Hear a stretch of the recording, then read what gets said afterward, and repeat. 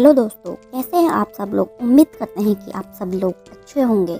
तो हमारी आज की कहानी है तुम पर सिर्फ मेरा अधिकार है। क्यों रे सुनंदा, अभी तक लेटी है, नाश्ता खाना नहीं बनेगा क्या?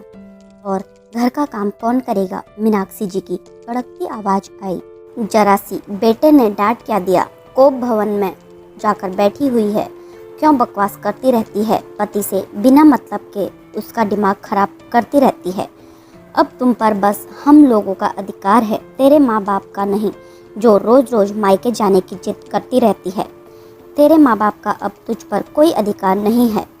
उनका अधिकार तुम पर तो उसी दिन खत्म हो गया था जिस दिन तू विदा होकर इस घर में आ गई थी। समझी तुम? माँ जी, वो मम्मी बीमार है। बस मीनाक्षी जी जोर से चिल्लाई, मर तो नहीं गई है ना?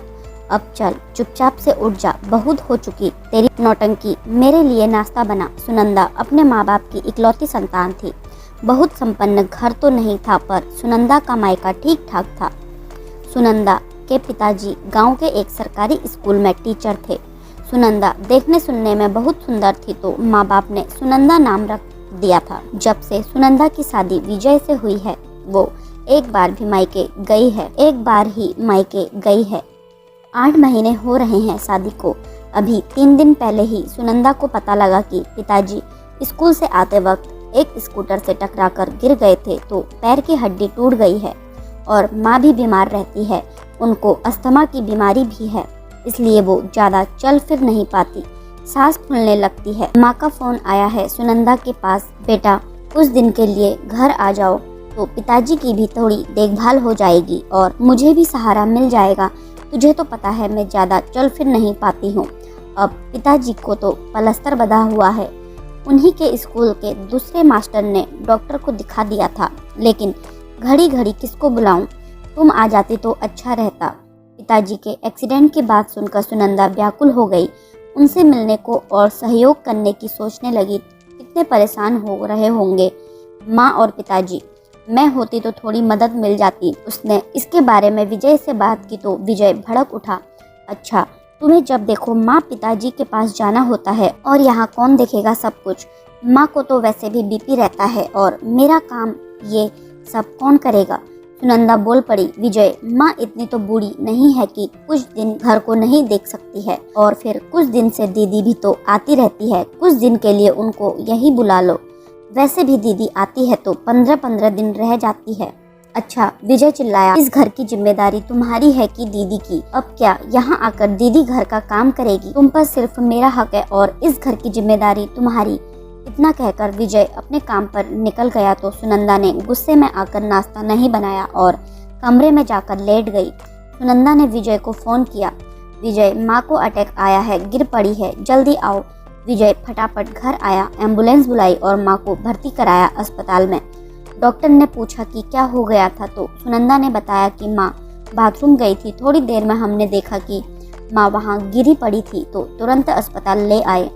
डॉक्टर बोला, सही किया, यदि देर हो जाती ट्रीटमेंट मिलने में तो मुश्किल हो जाती। स्थिति कंट्रोल में होने पर विजय ने बहन रुचि को भी फ़ोन किया। रुचि माँ के सिरहाने बैठी सिर पर हाथ फेर रही थी, तभी रुचि की सास का फ़ोन आया। हेलो रुचि, समधिन जी कैसी हैं बेटा? तुम अपने माँ की अच्छे से देखभाल करो, यहाँ की चिंता मत करना। और हाँ, मेरा पोता भी ठीक है, हम दोनों खूब मस्ती करते हैं, उसकी भी चिंता मत करना। बेटा जब मम्मी अच्छे से ठीक हो जाए तभी आना, तुम्हारा भी तो फर्ज है माँ की देखभाल करना। सुनंदा अकेले परेशान हो जाएगी। फ़ोन पर ही हुई सारी बातें मीनाक्षी जी सुन रही थी, तो वो सोचने लगी, एक मैं हूँ और एक सुनंदा की सास है, दोनों में कितना फ़र्क है।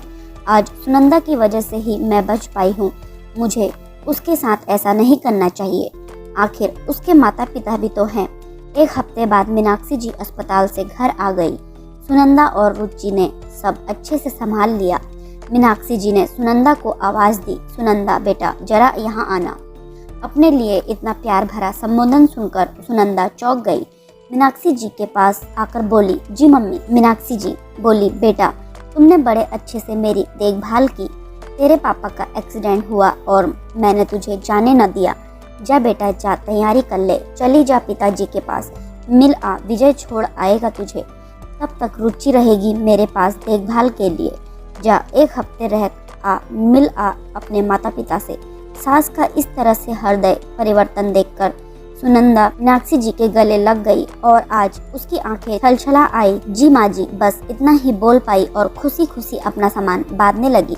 आपको हमारी कहानी कैसी लगी कमेंट करके कमेंट बॉक्स में जरूर बताएं और हमारे चैनल पर नए हैं तो चैनल को लाइक शेयर सब्सक्राइब करना ना भूलें। धन्यवाद।